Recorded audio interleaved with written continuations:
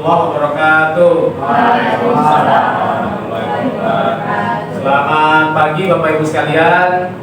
Pagi luar biasa. Alhamdulillah hari ini kita bisa kumpul dalam rangkaian kegiatan sosialisasi rencana tindak lanjut dari Ibu Putri tadi tentang Bugar Cerdas Bersama.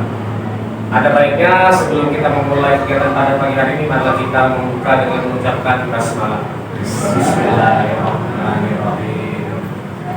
Kegiatan pertama pada hari ini adalah penyampaian dari Putri. Jadi kepada Ibu Putri langsung saja dipersilakan.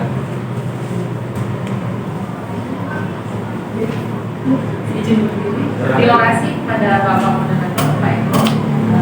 Sedikit cerita, berdirinya saya di sini untuk presentasi, bukan untuk berekspektasi, karena tingginya ekspektasi membuat saya. Maka dari itu perkenalkan saya Putri. Saya di sini akan membawakan video materi tentang rencana tindak lanjut tentang Bucerma, yaitu Bugar Cerdas Bersama, di mana nanti ada namanya Senam Kreasi Program Pancasila. Jadi ini masuk dalam produk proyek P5, fasenya fase C. Kelas yang dipakai adalah kelas 4, 5, dan 6. Kemudian semesternya semester 1, 2 berkelanjutan seterusnya. Kemudian tipsnya di sini melibatkan peserta didik sejak awal perencanaan dan pelaksanaan proyek. Kemudian memanfaatkan aset atau sumber daya yang ada di sekolah. Kemudian model pembelajaran yang saya pakai adalah pendidikan kebugaran. Kemudian kenapa saya mengangkat tentang tema ini, latar belakangnya yang pertama, masih benarnya pengembangan program kegiatan gerak dari peserta didik. Kemudian peserta didik masih cenderung pasif bergerak dalam keseharian selama pembelajaran. Kemudian di SD kami itu memiliki aset utama, yaitu manusia yang mana memiliki guru dan banyaknya peserta didik.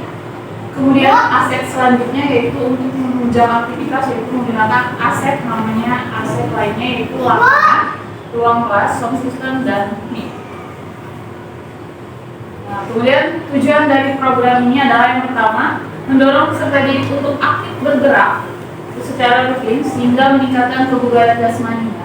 Kemudian yang kedua, menyelaraskan kebugaran fisik sehingga mereka bisa lebih fokus berkonsentrasi saat mengikuti kelas tersebut. Kemudian yang ketiga, membentuk pola hidup sehat melalui pendidikan kebugaran dimulai dari sekarang dan akan terbawa hingga dewasa kelak. Kemudian yang keempat, mengajarkan nilai-nilai kerjasama, sportivitas, disiplin melalui kegiatan olahraga dan aktivitas fisik berkelompok.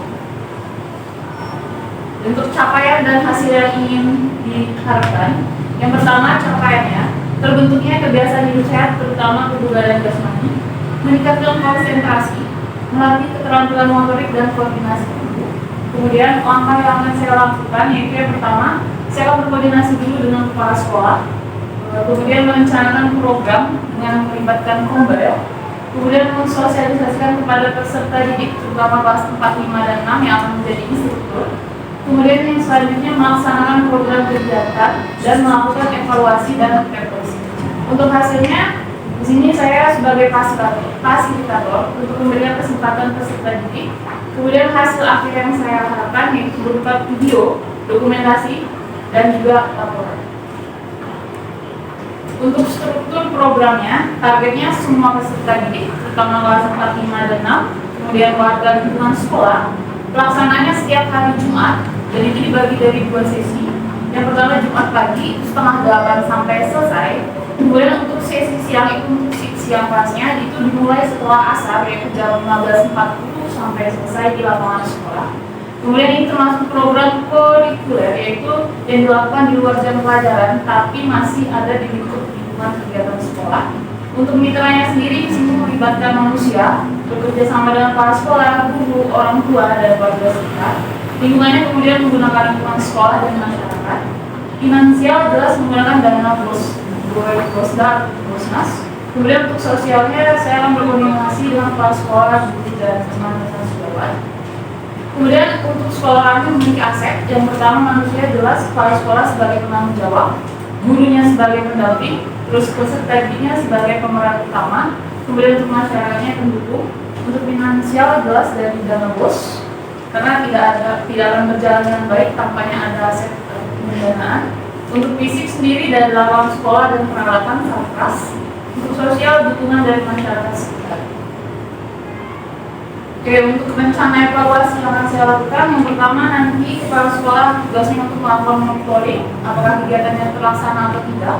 Kemudian yang kedua melakukan latihan rutin terutama kepada instruktur untuk melihat dan mengevaluasi gerakannya. Yang ketiga melakukan refleksi untuk mengevaluasi kegiatan yang telah dilakukan bersama kepala sekolah dan guru rekan sejawat.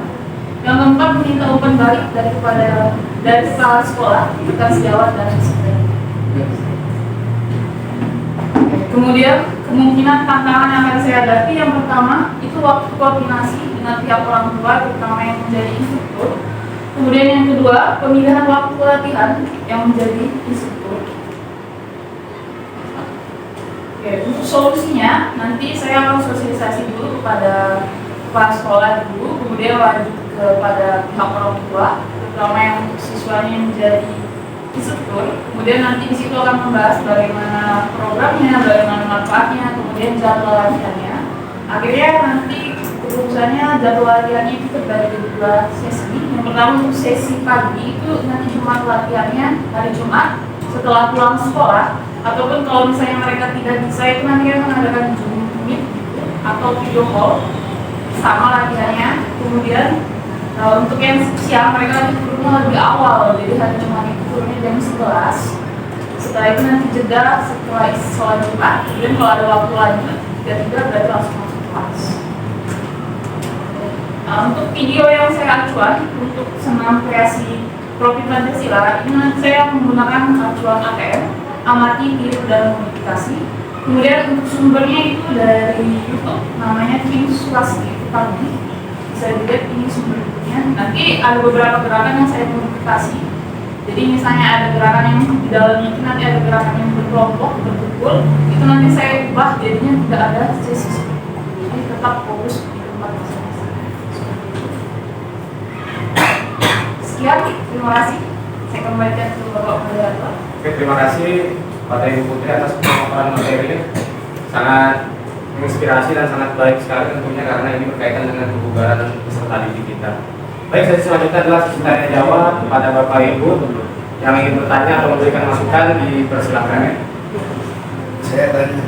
Ya, silakan Ibu dulu nanti baru Bapak ya. Ya. Silakan Ibu. Perkenalkan, saya Kasih Putri.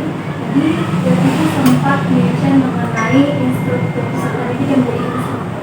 Jadi pertanyaan saya adalah sekiranya berapa orang jumlah peserta didik yang menjadi instruktur di depan umum? Terima kasih. Yuri. Oke, terima kasih. Jadi pertanyaannya berapa jumlah peserta didik yang menjadi instruktur? Untuk instruktur itu saya tidak terbatas. Kenapa tidak terbatas? Satu hal, kalau misalnya saya lakukan ulang ya ternyata peserta didiknya banyak, jadi saya berarti egois. Kenapa juga saya suruh semua tanpa terbatas? Pertama, saat pelaksanaan nanti nggak mungkin semuanya yang akan jadi instruktur. Pasti nanti ada yang saya nggak mau. Nah, jadi antisipasinya jadi lebih baik tanpa terbatas. Jadi nanti sistemnya rolling. Jadi misalnya hari ini kelompok pertama, nanti saya bagi kelompok pertama, nanti kelompok selanjutnya untuk minggu selanjutnya begitu sampai seterusnya. Jadi tanpa terbatas. Untuk antisipasi jika saat pelaksanaan kelompok pertama kurang orangnya berarti ada cadangan. Terima kasih. Ya, Bu Yuri, terima kasih. Ya, Bapak Ibu yang lain mungkin ada yang mau ditanyakan atau ditambahkan? Ya, saya ada skandal ya. Ya. Cara penilai di meetingnya gimana tadi? Kan ada yang bahas tentang Zoom tadi. Kalau seandainya berhalangan dan sempat bertemu atau terbuka melakukan Zoom meeting. Oke, terima kasih Bapak Iskandar. Untuk yang Zoom meeting itu nanti sistemnya sebenarnya saya melihat gerak-gerak yang apakah tidak ada kesalahan atau tidak. Terus geraknya misalnya yang harusnya dibuka sih punya 90 derajat ternyata dia tidak sampai 90 derajat. Nanti saya nilai di situ. Kemudian kalau misalnya nanti saat di Zoom meeting ternyata terkendala sinyal, mau tidak mau berarti ada jam tambahan lagi di luar jam itu. Jadi tambahan. Iya, Terima kasih Pak Iskandar. Bagi yang lain? Ya, silakan ya. Saya ingin bertanya mengenai materi yang dibukakan. Bagaimana cara komunikasi sosial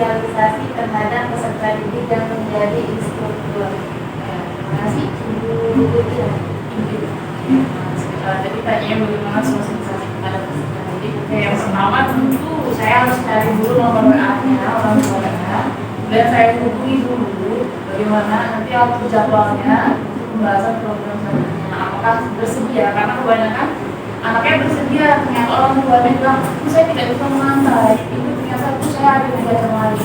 Nanti makanya kita harus bertemu mengadakan sosialisasi bagaimana, apakah bisa lanjut atau tidak, apakah harus mencari solusi lain, atau mungkin mencari pengantar, mungkin nanti saya juga bisa melakukan. Lagi topik yang lain? Oh, saya ada lucu. Jadi bertanya saya sempat iman dan bertanya menjelaskan mengenai sistem pelaksanaan. Nah mungkin dari Ibu Putri bisa menjelaskan bagaimana sistem pelaksanaan latihan bersama setiap hari. Terima kasih. Usul. Oke, sistem pelaksanaannya tadi seperti saya bilang. Jadi hari Jumat khusus. Kenapa saya pilih hari Jumat? Karena kan melibatkan kelas 4, 5, 6. Kemudian kelas 4 itu shiftnya siang, kelas 5, 6 shiftnya pagi. Dan cari waktu yang sekiranya mereka bisa sama-sama. Karena kalau misalnya dibagi, takutnya nanti nggak sama selaras bilangnya. Jadi akhirnya diputuskan hari Jumat. Jamnya jam 11. Karena kenapa? Karena kelas pagi belum jam 11. Kelas siang jadi otomatis turunnya lebih awal. Kayak saya sosialisasi sama pihak orang tua apakah setuju atau keberatan, nanti apakah ada masukan, ada saran, di situ. Terima kasih. Ada lagi topik yang lain? Cukup barangkali ya. Oke, jadi agenda selanjutnya adalah penutup. Barangkali terdapat kekeliruan atau kesalahan dari saya selaku moderator, mohon maaf. Terkait materi yang disampaikan Bu Putri, alhamdulillah materi yang sangat baik karena ini berkaitan dengan peserta didik kita semua. Artinya kita memang harus melakukan pemberian materi yang sangat berpusat kepada peserta didik. Jadi di samping berpusat kepada peserta didik juga yang diharapkan dapat sehat dan juga secara jasmaninya. Barangkali itu dari saya sebagai penutup. Sebaiknya kita pada saat menutup kegiatan hari ini, marilah kita bersama-sama mengucapkan hamdalah. Alhamdulillahirobbilalamin.